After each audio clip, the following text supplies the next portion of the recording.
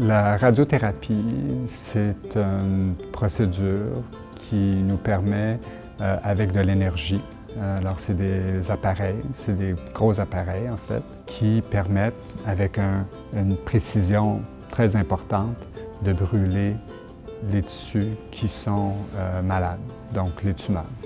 Donc la radiothérapie, au fil des 30 dernières années, a évolué de façon remarquable, avec toute la technologie digitale, avec les ordinateurs, avec les façons de comprendre comment que la tumeur bouge dans le corps d'un patient. Par exemple, dans le cancer du poumon, on sait que les tumeurs bougent avec la respiration. On est capable maintenant, avec une technologie adaptée, d'arriver à mieux traiter des tumeurs avec ces faisceaux d'énergie qui sont délivrés au bon endroit.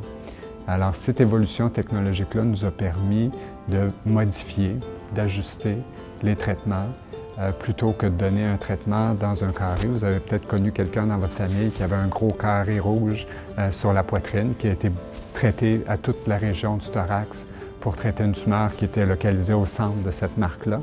Mais maintenant, il n'y a plus ces marques-là parce que c'est l'ordinateur qui décide comment administrer le meilleur traitement avec la supervision du radio-oncologue, bien sûr, mais avec la technologie et l'expertise des professionnels, on arrive à centrer le traitement dans une région plus définie, puis ça évite que les tissus sains aux alentours soient traités d'avoir des toxicités, par exemple, au cœur, par exemple à l'ésophage, par exemple au poumon normal.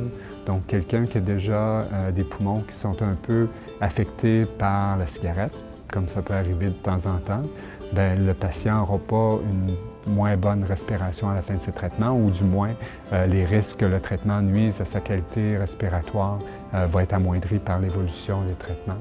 Alors, il y a un rôle important pour la radiothérapie pour plusieurs stades de la maladie. Des fois, des patients qui ne sont pas opérables, qui ne peuvent pas être opérés de leur petit cancer du poumon pour des raisons de croyances, pour des raisons de conditions médicales. On va pouvoir brûler ces tumeurs-là avec la radiothérapie.